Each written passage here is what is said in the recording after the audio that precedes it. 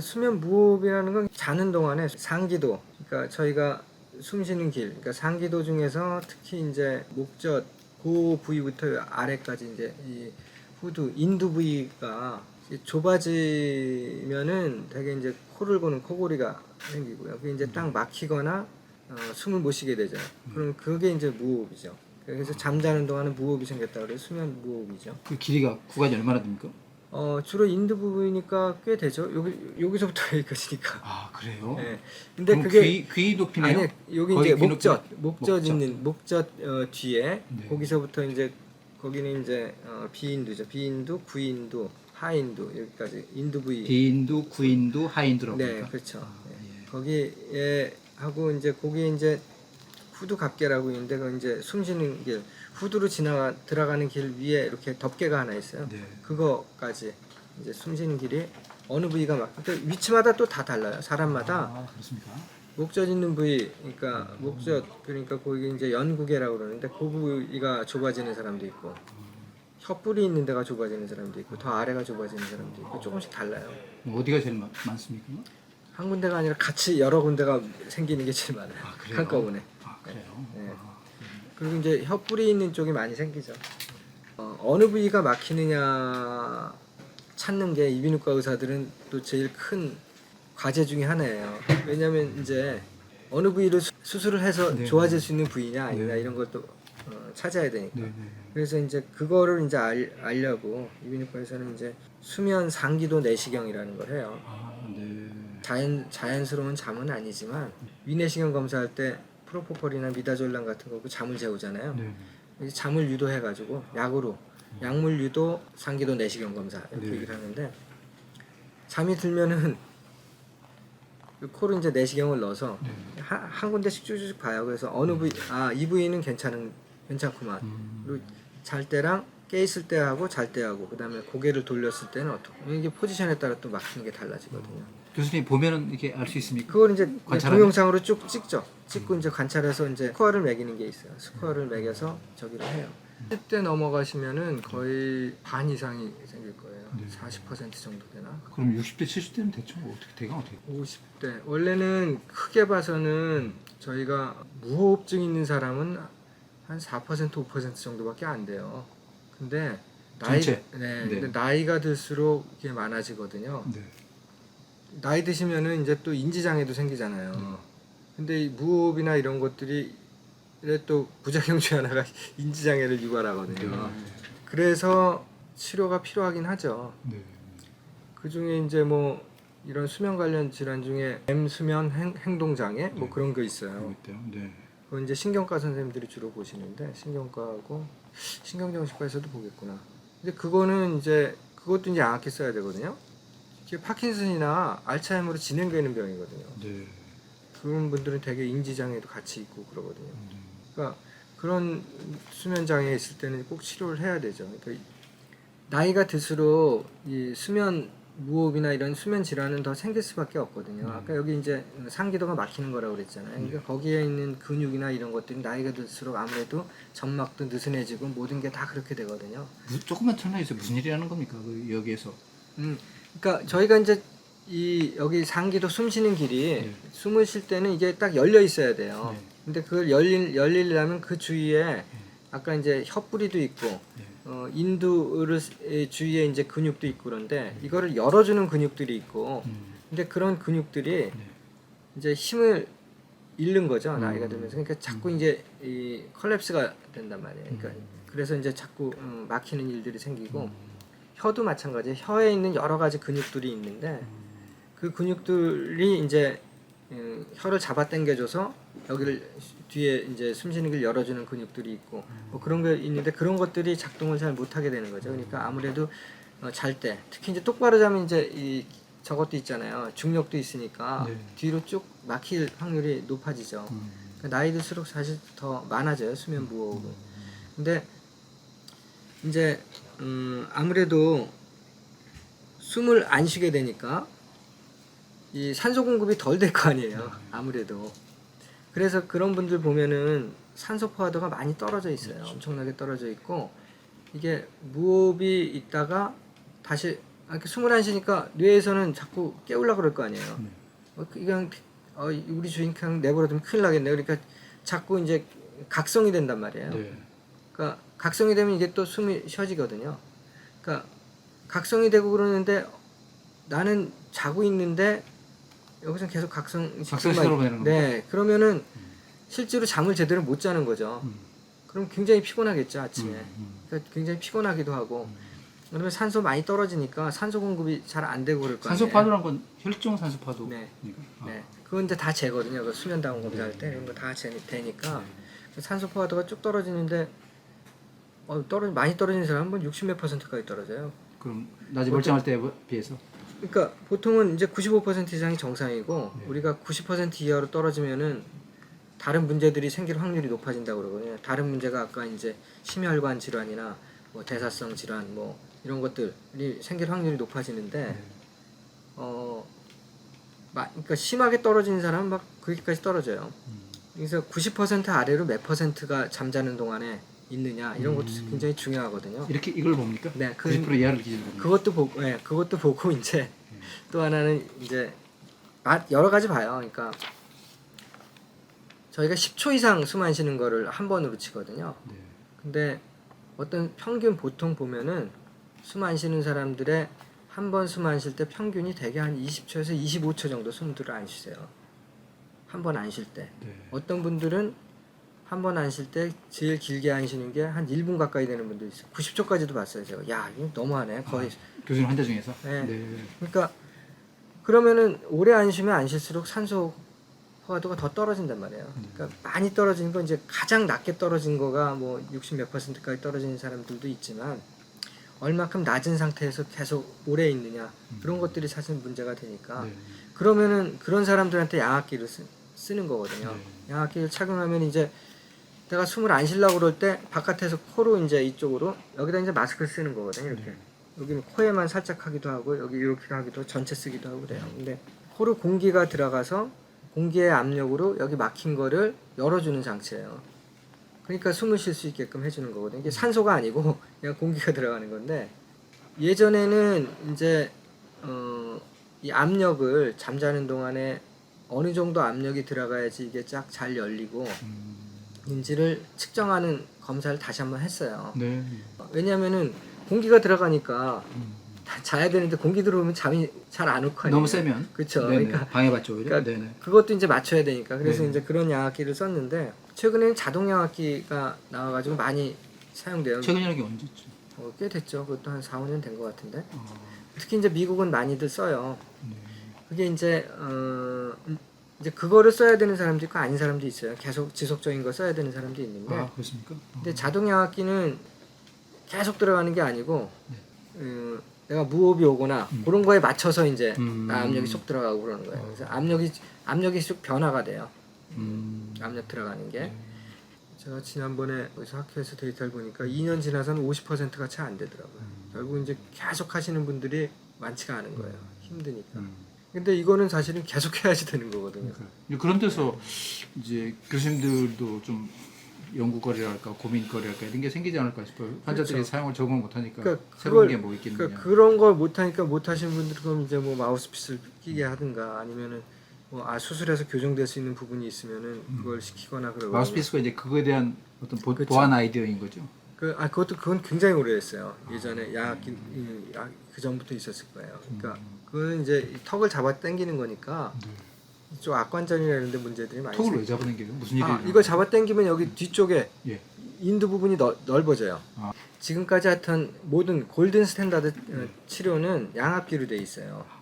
미국 수면학회랑 다 그렇게 양압기로 되어 있는데 양압기 아까 적응을 못하는 반은 적응을 못하신다고 그랬잖아요. 그런 분들은 또 뭐를 다른 걸 해야 되잖아요. 그래서 크게 치료는 사실은 양압기가 제일 스탠다드지만 양압기, 그다음에 구강내 장치, 그게 이제 마우스피스를 얘기하는 거고요. 그다음에 또 하나가 수술이에요.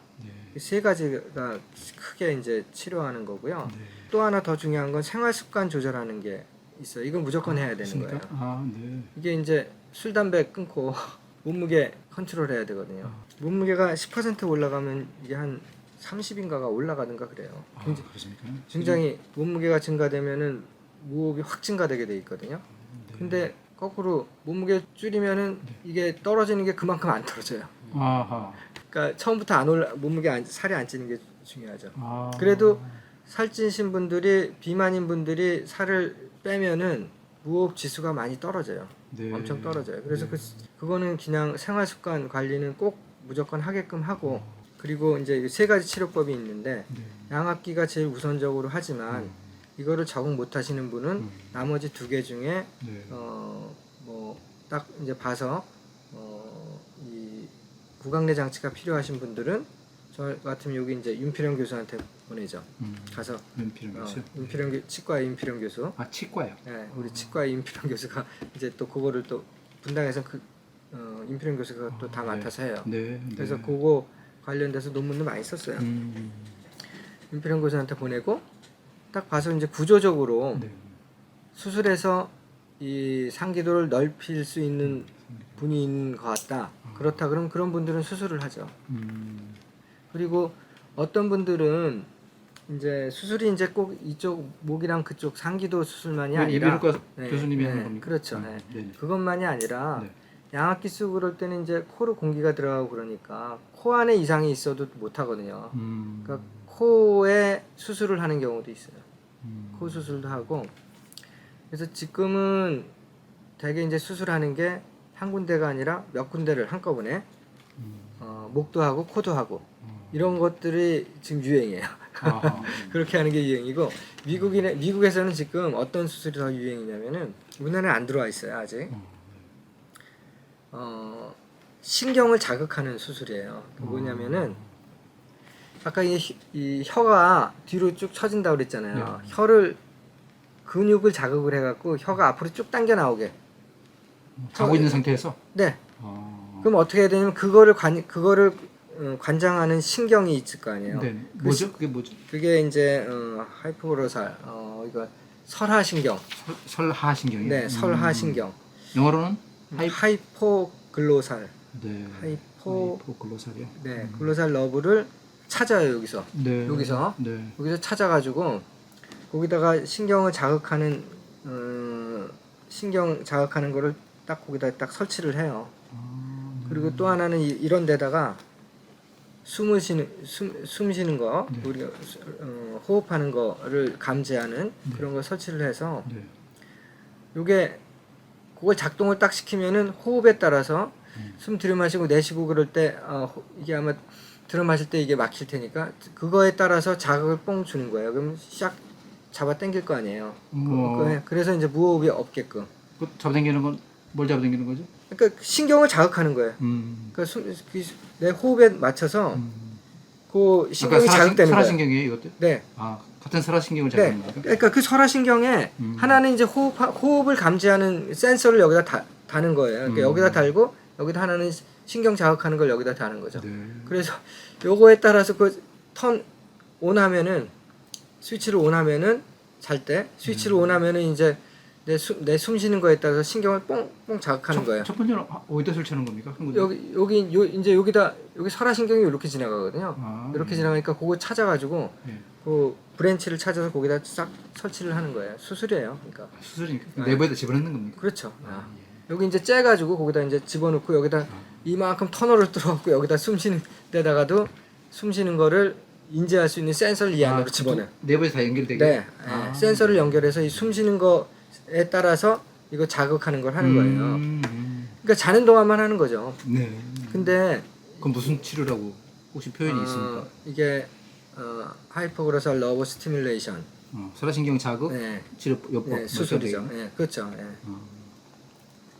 그게 지금 미국에서는 그거 아마 시도하기 시작해갖고 벌써 아마 10년 가까이 연구했을 거예요. 그래갖고 네. 지금은 공식적으로 오피셜하게 쓸 수 있는 거로 되어 있는데 아직은 그것도 이제 뭐 여러 가지 리미테이션이 있죠. 이제 왜냐하면 적응증에 대한 게 항상 이렇게 정해져 있기 때문에. 근데 그것도 굉장히 좋은 방법 중에 하나니까.